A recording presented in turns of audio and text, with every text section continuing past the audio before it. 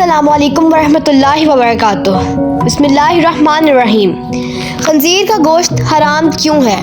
سلطان صلاح الدین ایوبی سے ایک یہودی عورت جو بعد میں مشرف با اسلام ہوئی کا سوال۔ سلطان صلاح الدین ایوبی کے زمانے میں ایک یہودی عورت تھی جو اسلام پر ریسرچ کر رہی تھی۔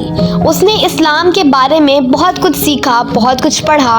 ایک سوال جس کا جواب اسے کسی سے نہ ملا وہ یہ تھا کہ آخر خنزیر کے گوشت میں ایسی کیا برائی ہے جس کی وجہ سے خنزیر کا گوشت کھانا اسلام میں حرام کر دیا گیا ہے۔ صرف یہی ایک بات تھی جو اس کو اسلام قبول کرنے سے روک رہی تھی۔ اپنے اس سوال کا جواب حاصل کرنے کے لیے وہ سلطان صلاح الدین ایوبی کے دربار میں پہنچ گئی اور عرض کیا، سلطان معظم، میں نے اسلام کے بارے میں بہت کچھ پڑھا ہے اور بہت کچھ سیکھا ہے، حتیٰ کہ میں اس جگہ پر آ کھڑی ہوئی ہوں کہ اسلام قبول کر لوں، لیکن ایک بات ہے جو مجھے اسلام قبول کرنے سے روک رہی ہے، اور وہ بات یہ ہے کہ اسلام خنزیر کا گوشت کھانے سے کیوں منع کرتا ہے۔ اسلام نے جس چیز کے بارے میں منع کیا ہے وہاں اس کی دلیل ملی ہے، لیکن خنزیر کا گوشت حرام کی کیا وجہ ہے اس کے بارے میں مجھے ابھی تک کوئی مضبوط دلیل نہیں ملی۔ میں نے بائبل کو پڑھا تو بائبل میں بھی خنزیر کا گوشت کھانے سے منع نہیں کیا گیا، لیکن اسلام کیوں منع کرتا ہے؟ آخر اس گوشت میں ایسی کیا خرابی ہے کہ اسلام اس کو کھانے سے منع کرتا ہے؟ سلطان صلاح الدین ایوبی نے اپنے ایک مشیر کو حکم دیا کہ بائبل کی وہ کتاب میرے پاس لے آؤ جو اپنی اصلی حالت میں موجود ہے۔ جو بائبل کی کتاب پیش کی گئی تو سلطان نے وہ حوالہ تلاش کر کے اس یہودی عورت کو دکھایا جہاں لکھا ہوا تھا کہ خنزیر کا گوشت کھانا منع ہے۔ خاتون نے حیران ہو کر کہا، یہ کیا بات ہوئی؟ میرے پاس جو کتاب ہے اس میں تو لکھا ہوا ہے کہ خنزیر کا گوشت کھانا منع نہیں۔ یہ سن کر سلطان صلاح الدین نے جواب دیا، مجھے ترس آتا ہے تمہارے ان لکھاریوں پر جنہوں نے اپنی عیاشیوں کے لیے اس پاک کتاب کو اپنے لفظوں سے تبدیل کر دیا ہے۔ تمہارے پاس جو بائبل ہے یہ اپنی اصلی حالت میں موجود نہیں۔ ابھی تو میں نے صرف اس کتاب سے ثابت کیا ہے کہ خنزیر کا گوشت کھانا منع ہے، اب میں اسے سائنسی لحاظ سے ثابت کروں گا۔ پھر سلطان نے اس عورت سے کہا کہ کل صبح خنزیر کا گوشت پکا کر میرے دربار میں لے آنا۔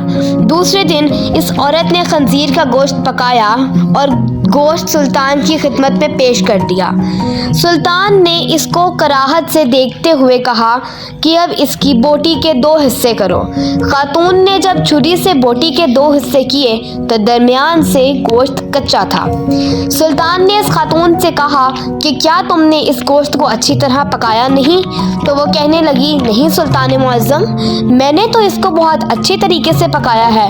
تو سلطان نے کہا کہ اب تمہاری سمجھ میں یہ بات آ گئی ہوگی کہ یہ حرام گوشت ہے، اسے جتنی بھی اچھی طرح پکایا جائے یہ درمیان میں کچا رہ جاتا ہے، اور جب یہ تمہارے پیٹ کے اندر جاتا ہے تو بہت سی بیماریوں کا سبب بنتا ہے۔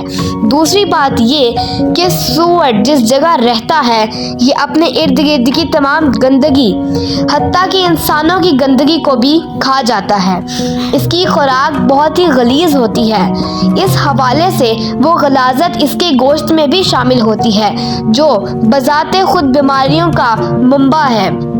تیسری بات کہ جب سور کی مادہ کسی دوسرے سور کے ساتھ جنسی تعلق قائم کرتی ہے تو یہ اسے دیکھ کر خوش ہوتا ہے اور فخر محسوس کرتا ہے، اور یہ بے غیرتی کی خصلت اس کے گوشت میں بھی پائی جاتی ہے، اور اس کا گوشت کھانے والا بھی انہی صفاحت کا حامل ہوتا ہے کہ اپنی عورتوں کو دوسروں کے حوالے کر کے خوش ہوتا ہے اور فخر محسوس کرتا ہے۔ یہ واحد جانور ہے جس میں اتنی غلاظت اور بے شرمی بھری ہوئی ہے۔ جب آپ ایسے جانور کا گوشت کھائیں گے جس کی بنیاد غلاظت سے بھری ہوئی ہے تو وہ آپ کو کیا فائدہ دے گا؟ یہ بات سن کر وہ یہودی عورت سلطان صلاح الدین ایوبی کے سامنے جھک گئی اور کہا کہ سلطان معظم، اب آپ ہی مجھے کلمہ پڑھائیں۔ سلطان صلاح الدین ایوبی نے اس عورت کو کلمہ پڑھایا اور تمام دربار اللہ اکبر کے بلند نعروں سے گونج اٹھا۔ سبحان اللہ۔ اس طرح کی اور دلچسپ کہانیوں کے لیے ہمارے چینل کو سبسکرائب کریں۔ شکریہ۔